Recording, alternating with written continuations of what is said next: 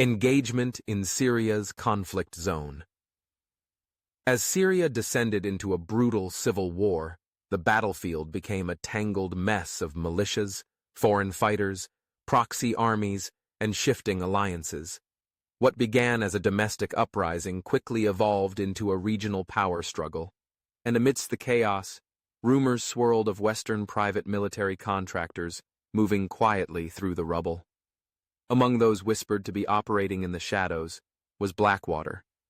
Officially, the U.S. maintained a cautious presence in Syria, limited deployments, intelligence support, and later, special forces to combat ISIS.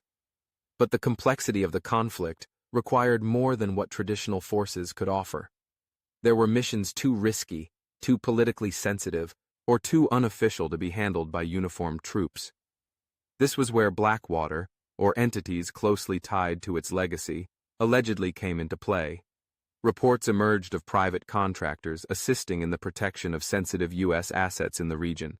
Oil fields, intelligence installations, and logistical corridors critical to coalition operations. Though the Pentagon denied direct involvement, evidence mounted that contractors were on the ground, securing key positions and supporting American interests under third-party contracts or through intelligence-linked back channels. Blackwater's presence in Syria wasn't about open warfare. It was about control, surveillance, and stabilization in zones where diplomacy had failed and official deployments were politically explosive. Contractors were said to be embedded with Kurdish forces, helping fortify defenses, train local fighters, and coordinate logistics for joint operations. In some areas, they allegedly operated UAVs for real-time reconnaissance and coordinated extraction of personnel and assets during emergency situations. One of the more controversial claims involved their role near contested oil facilities in eastern Syria.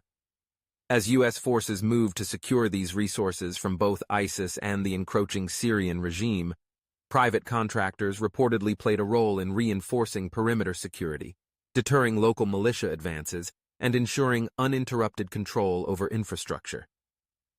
These missions weren't about profits, they were about strategic leverage.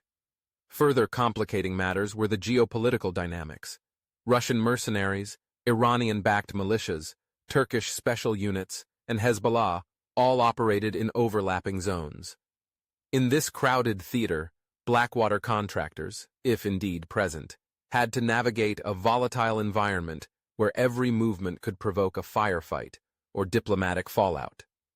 Their advantage was discretion, no official uniform, no chain of command traceable to the Pentagon, just results.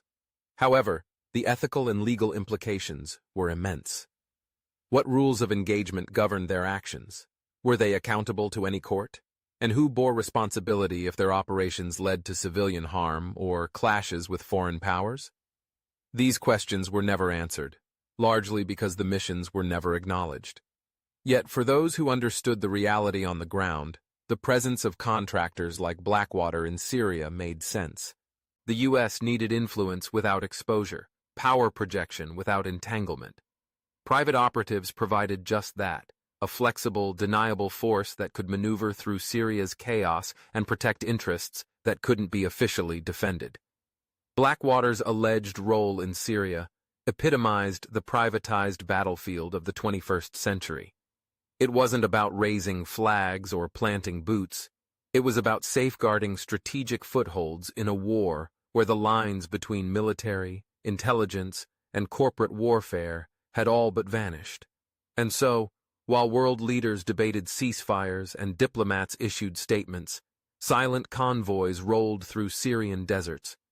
Watchful eyes scanned the horizon from behind mirrored glasses, and somewhere in the shadows of a collapsing nation, Blackwater operated. Not for glory, not for headlines, but to ensure the pieces on the chessboard moved in America's favor, even when no one else was watching.